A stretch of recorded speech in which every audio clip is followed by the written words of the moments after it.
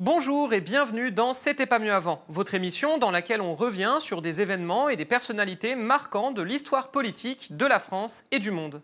Et aujourd'hui, justement, on va parler du monde puisqu'on va s'intéresser à la gauche aux États-Unis.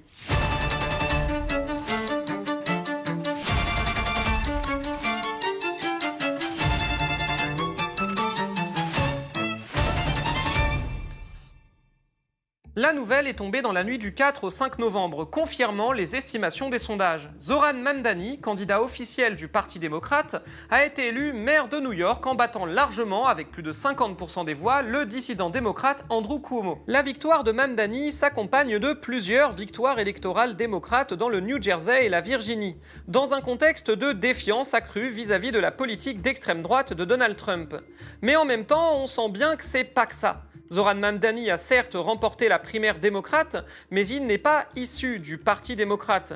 Il vient du Parti des socialistes démocrates d'Amérique, une formation de gauche socialiste démocratique américaine qui cherche à monter en puissance face aux difficultés des démocrates à réellement faire face à Trump. L'idéologie de Mamdani s'inscrit pleinement dans l'histoire de la gauche américaine et on va s'intéresser aux raisons pour lesquelles le courant politique du socialisme démocratique a le vent en poupe aux States et à pourquoi c'est loin d'être nouveau.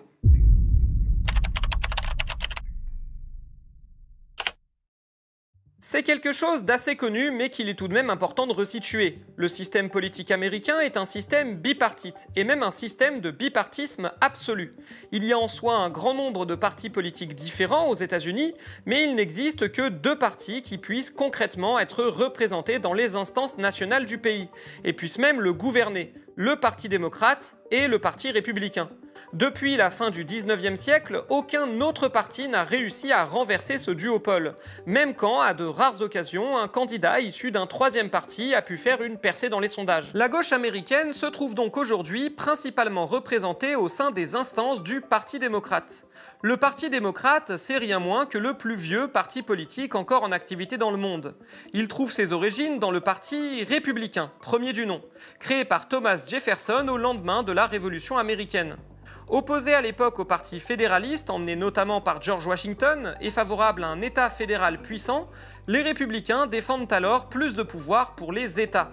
Alors que le Parti fédéraliste ne s'oppose pas au Royaume-Uni, les républicains, eux, trouvent davantage d'accointance avec la France révolutionnaire. Même s'il est difficile de parler de droite et de gauche à l'époque sans être anachronique, ce parti défend l'idéal d'un peuple de petits propriétaires égaux. Mais il s'agit en réalité d'un parti conduit par de grands propriétaires agricoles et favorable à l'esclavage. Accessoirement, c'est le parti hégémonique qui dirige seul les États-Unis pendant le premier quart du 19e siècle.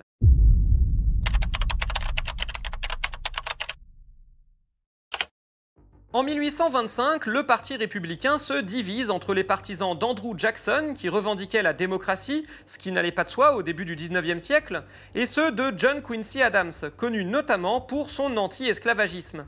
Les partisans de Quincy Adams s'en vont créer le Parti national républicain, puis le Parti Whig, tandis que ceux d'Andrew Jackson fondent le Parti démocrate.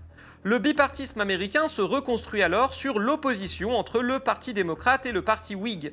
Là où le Parti démocrate continue de soutenir une société de petits propriétaires agricoles égaux, sans compter les esclaves bien sûr, le Parti Whig est plutôt favorable à la modernisation du pays dans le contexte de la révolution industrielle. Au 19e siècle, le Parti démocrate est ultra dominant dans le sud des États-Unis, où il est massivement soutenu par les propriétaires agricoles esclavagistes. C'est la question de l'esclavage qui mène à une nouvelle scission, les anti-esclavagistes quittant le Parti démocrate pour fonder le Parti républicain. La victoire des républicains à l'élection présidentielle de 1860 est le point de départ de la guerre de sécession, qui dure plusieurs années et se solde par la victoire du Nord. L'esclavage est aboli et le Parti démocrate devient le bastion de l'électorat nostalgique de l'esclavage et favorable à la ségrégation des populations noires. Ce sont les démocrates qui, dès la fin du 19e siècle, mettent en place une ségrégation raciale stricte aux États-Unis qui dure jusque dans les années 1960.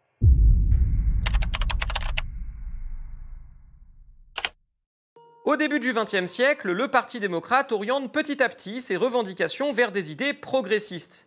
Woodrow Wilson, président de 1913 à 1921, fait notamment instaurer l'impôt sur le revenu au niveau fédéral et est à l'initiative de la création de la Société des Nations. Mais dans le même temps, il continue à soutenir une politique raciste envers les Afro-Américains et une ségrégation stricte, et soutient notamment le Ku Klux Klan.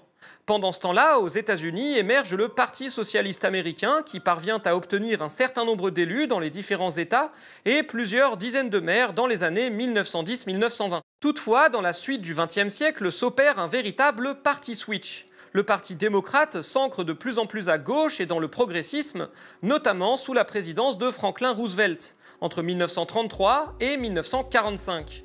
Élu sur un programme progressiste, le New Deal, même s'il ne s'oppose pas frontalement à la ségrégation pour ne pas se mettre à dos les électeurs sudistes conservateurs, il met en place la planification économique, un salaire minimum, baisse la durée du temps de travail à 40 heures, quoiqu'il ait même tenté de la faire baisser à 36 heures, il augmente la liberté des syndicats, l'État développe un interventionnisme très important dans l'économie, et d'une manière plus générale, c'est la création de l'État-providence.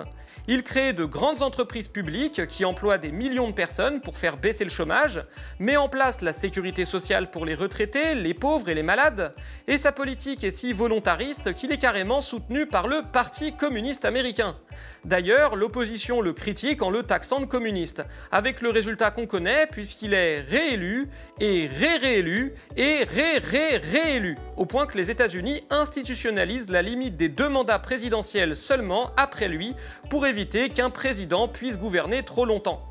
Et d'ailleurs, Roosevelt n'est même pas allé aussi loin qu'il aurait voulu à cause de l'opposition de la Cour constitutionnelle et parfois du Congrès qui ont retoqué certains de ses projets les plus ambitieux. En fait, si j'ai fait cet historique, c'est surtout pour parler de Roosevelt, parce que sa politique d'État-providence a eu un tel impact à l'époque, aux États-Unis, mais même au-delà dans le monde entier, que c'est encore aujourd'hui l'un des principaux marqueurs de tous les partis de gauche dans les régimes libéraux, comme la France. Après Roosevelt, les présidents démocrates continuent d'orienter le parti dans une direction progressiste, en votant des lois sociales et en s'opposant de plus en plus ouvertement à la ségrégation raciale.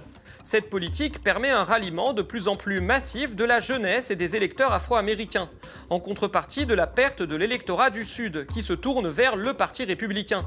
Une inflexion commence pourtant lors des crises économiques des années 70. Le président démocrate Jimmy Carter, élu en 1977, entame des mesures de dérégulation économique, les dépenses sociales diminuent alors que les dépenses militaires augmentent. Quand on pense au triomphe du néolibéralisme aux États-Unis, on pense souvent à Ronald Reagan. Mais c'est bien le Parti démocrate, leader de la gauche américaine, qui a commencé le travail.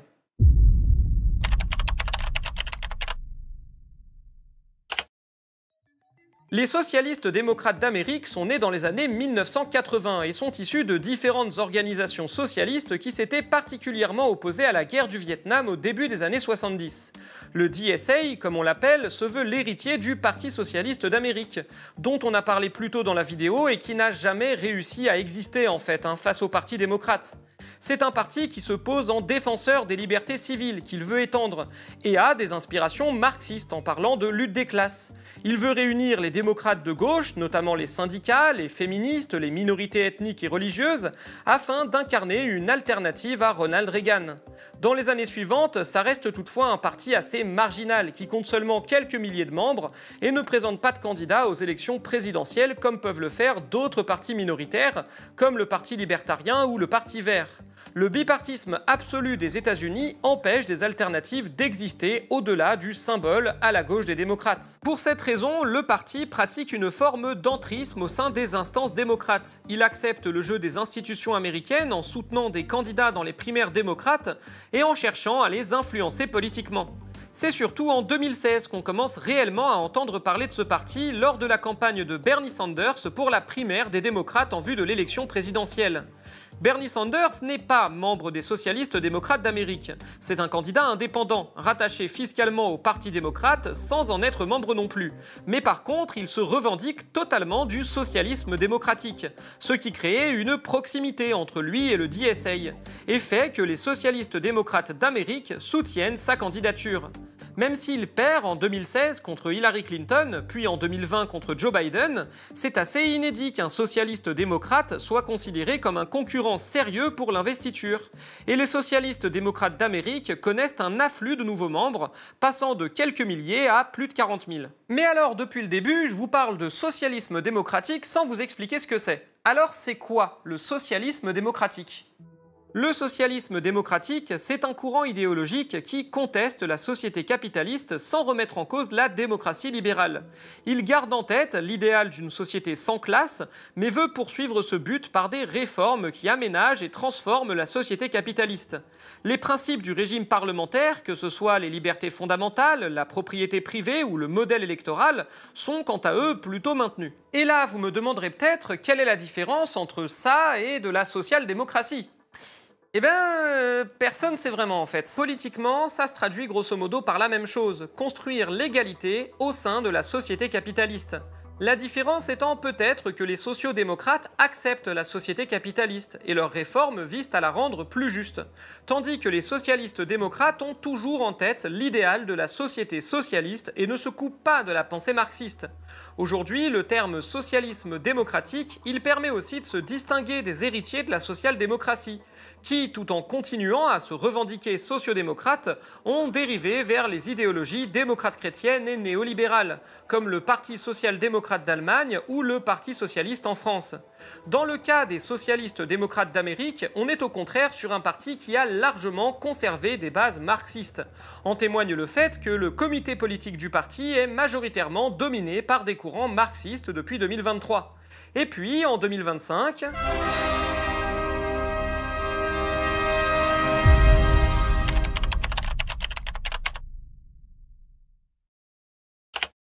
On peut commencer par dire que l'élection présidentielle de 2024 a été un tournant. Initialement élu sur l'idée qu'il ne ferait qu'un seul mandat, Joe Biden a finalement annoncé vouloir se représenter, malgré son âge avancé et sa santé déclinante. Pourtant, il finit par être contraint de se retirer en faveur de sa vice-présidente Kamala Harris.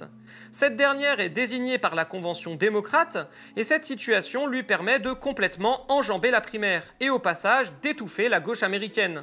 La campagne de centre-gauche de Kamala Harris s'écrase contre Donald Trump, confortablement élu président des États-Unis sur une ligne largement considérée comme néofasciste. Après la réélection de Donald Trump et le début de son mandat, ce qu'on constate du côté du Parti démocrate, c'est de l'apathie. On a l'impression qu'ils savent pas trop quoi faire et on en trouve même qui prônent carrément un virage plus à droite. Genre, vu que Trump ça marche, on n'a qu'à dire tout pareil que lui. Les démocrates sont en panne de récit et ça date pas de 2024. En fait, on pourrait même dire que ça a commencé en 2016 avec la fin de la présidence Obama. La ligne centriste a fait long feu et ne séduit plus suffisamment un électorat déçu par les promesses non tenues de la mondialisation néolibérale et qui voit son niveau de vie baisser. La victoire de Biden en 2020 a pu laisser penser le contraire, mais elle a surtout été obtenue grâce à la volonté d'une majorité d'Américaines et d'Américains de se débarrasser de Trump. Et les résultats économiques et politiques de Joe Biden n'ont pas permis de faire gagner Kamala Harris sur cette ligne en 2024. Face à ça, Zoran Mamdani et les socialistes démocrates d'Amérique sentent peut-être bien qu'ils ont un coup à jouer. Puisque le centrisme démocrate est en train de crever, c'est maintenant qu'il faut imposer un récit alternatif, en l'occurrence celui du socialisme démocratique. Et c'est comme ça que Zoran Mamdani a remporté la primaire puis a été élu maire de New York. Face à un establishment démocrate désavoué, représenté par un Andrew Cuomo accusé de harcèlement sexuel, Mamdani a fait une campagne à petit budget axée sur les questions de coût de la vie et de pouvoir d'achat, promettant notamment la gratuité des bus et des crèches publiques, la mise en place d'épiceries solidaires, la construction de logements sociaux, le gel des loyers et le financement de ces mesures par une taxe de 2% sur les foyers possédant plus d'1 million de dollars de revenus annuels. Du socialisme démocratique ou de la social-démocratie, dont on attend encore de voir la mise à l'épreuve du pouvoir.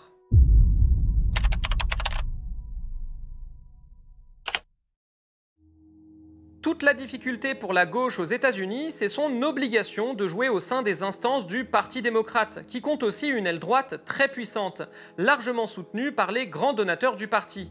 Si des candidats authentiquement de gauche peuvent percer dans des primaires et des élections, ils risquent toujours de devoir faire des compromis avec la droite une fois en poste, au risque de se renier. Zoran Mamdani ne sera jamais président des États-Unis. Né en Ouganda, il n'est tout simplement pas éligible à la fonction.